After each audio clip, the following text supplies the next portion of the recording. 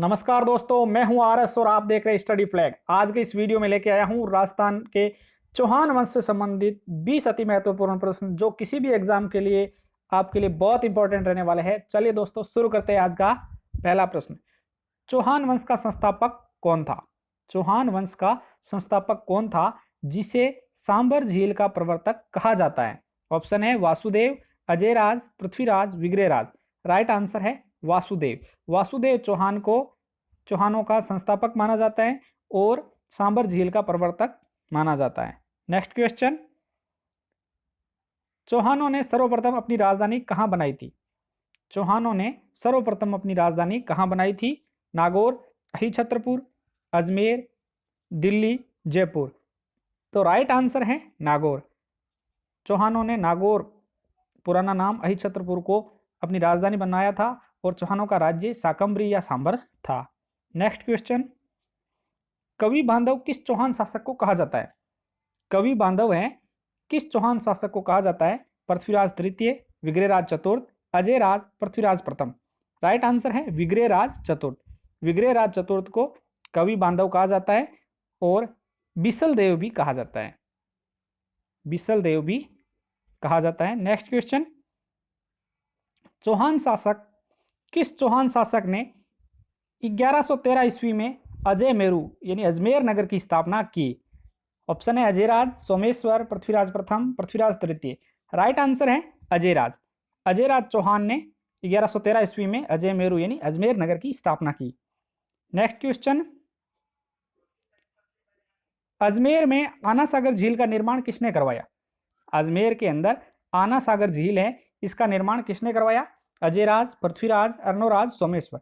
Right answer है अर्णोराज। अर्णोराज चौहान ने आना सागर झील का निर्माण अजमेर में करवाया था।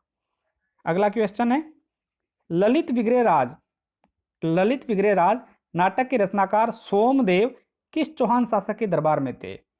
विग्रहराज चतुर्थ, पृथ्वीराज तृतीय, पृथ्वीराज प्रथम और अजयराज। तो राइट आंसर है विग्रहराज चतुर्थ। विग्रहराज चतुर्थ के दरबार में रहते थे सोमदेव और उन्होंने क्या लिखा? ललित विग्रहराज नाम का नाटक लिखा।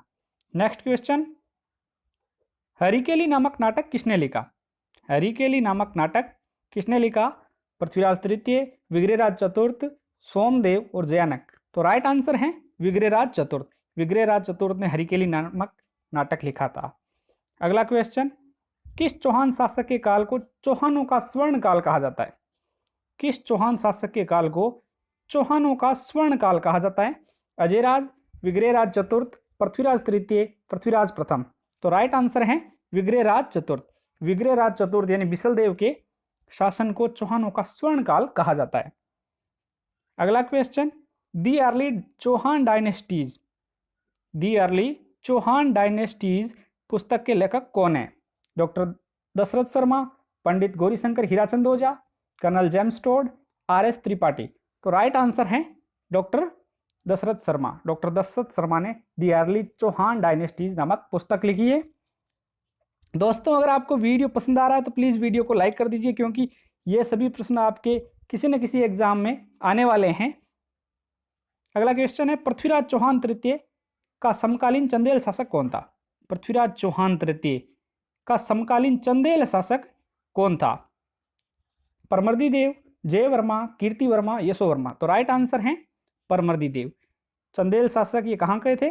महोबा के परमर्दी देव शासक थे। पृथ्वीराज चौहान है और इनके बीच में युद्ध हुआ था और उस युद्ध में महोबा के जो परमर्दी देव हैं इनके स्वामी भक्त आला और उदल युद्ध में खत्म हुए थे और इनकी ये बहुत ही प्रसिद्ध हैं।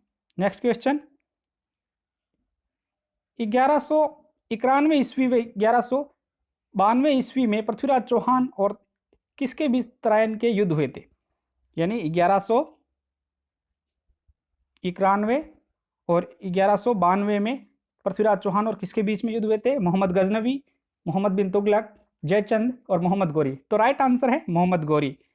कौन से युद्ध है? युद्धों के नाम हैं तराइन का युद्ध, फर्स्ट एंड सेकेंड। तो फर्स्ट कब हुआ था? 1191 ईस्वी में।